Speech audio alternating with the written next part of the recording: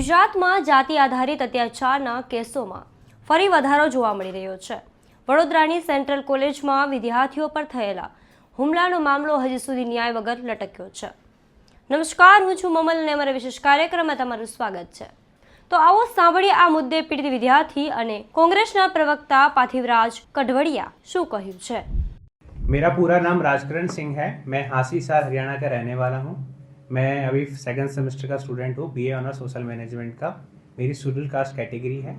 26 11:30 बजे की घटना है ये। मैं अपने रूम में फ़ोन चला रहा था। मेरे जस्ट रूम के जो सामने रूम है वो अपने रूम में आए।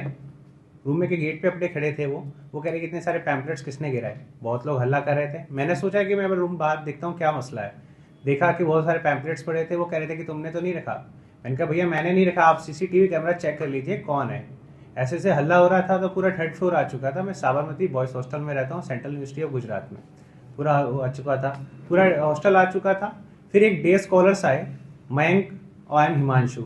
वो दोनों बहुत हाई थे। हमें शक है कि वो नशे में थे। उन्होंने हमें धक्का दिया और हम 5 दोस्त थे। हमें धक्का दिया, हमें बाथरूम तक ले गए वो लोग। और हम जब अब गिरने वाले थे, हमने अपने बचाव में उनको डिफेंस किया, हमने रोका। उसी बचाव में जो भीड़ थी 35-36 लोगों की जो हमारे खिलाफ थी, उनमें से एक मुन्ना कुमार हैं जो पीएचडी हैं, बिहार से हैं। उन्होंने हमें जाति सूचक गाली दी और नीचे दिखाया। और टप्पू महाराणा है, उन्होंने भी हमें जाति सूचक गालियाँ भी दी हैं और माँ बहन की गालियाँ भी दी। और जो ये डे स्कॉलर्स आए थे 10 बजे के बाद, हमारे रूल्स नहीं है सेंट्रल यूनिवर्सिटी में डे स्कॉलर को आने का हॉस्टल में। वो लोग फिर भी आए। सिक्योरिटी गार्ड्स को भी उन्होंने गालियाँ दी ऊपर आते हुए 3rd फ्लोर पे। और उन्होंने माँ बहन की गालियाँ भी दी है। और एक पीछे से एक नीतीश कुमार हैं जो चाइनीज़ के स्टूडेंट हैं, उनके साथ एक नरवतन है, उन्होंने भी माँ बहन की गालियाँ दी हैं। और जो मुन्ना कुमार हैं वो हमें सीधा मुंह पे बोलते हैं तुम हमारा कुछ नहीं बिगाड़ सकते, हम तुम्हारा कैरियर बर्बाद कर दें। और ये लोग इतना कष्ट कहते हैं हमको कि तुम लोग यहाँ फ्री में रहते हैं, हम तुम्हें लोग पालते हैं, तुम्हारे तो हॉस्टल रेंट भी फीस नहीं लगता है। ये लोग डेली हमें करते हैं कि आइसोलेशन कराते हैं हमको। और कभी हमें फ़ोनों से इनडायरेक्टली बात करते हैं हमसे और ये कहते हैं कि तुम कहीं भी कंप्लेंट्स करो, हमारा कुछ नहीं हो सकता।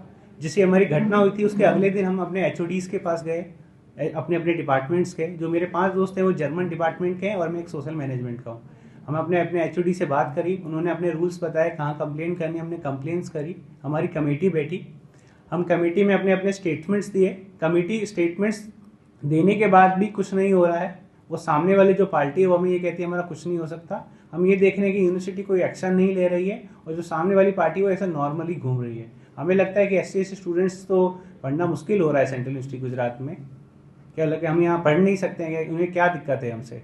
हम जानना चाहते हैं कि वो लोग हमारे साथ ऐसा क्यों कर रहे हैं। जाति सूचक गाली देना, वो हमें एक आइसोलेशन फील कराते हैं और हमें नीचे दिखाते हैं कि तुम हमारा कुछ नहीं कर सकते। प्लीज़ मेरी हेल्प करें। गुजरात राज्यनी एक प्रतिष्ठित यूनिवर्सिटी એટલે કે સેન્ટ્રલ યુનિવર્સિટી જે મિનિસ્ટ્રી ઓફ એજ્યુકેશનના સીધી દેખરેખ હેઠળ આવે, ત્યાં ભણતા એક વિદ્યાર્થીને 30-35 લોકોના ટોળા દ્વારા જ્ઞાતિ આધારિત ભેદભાવ થાય, જ્ઞાતિ આધારિત અત્યાચાર થાય।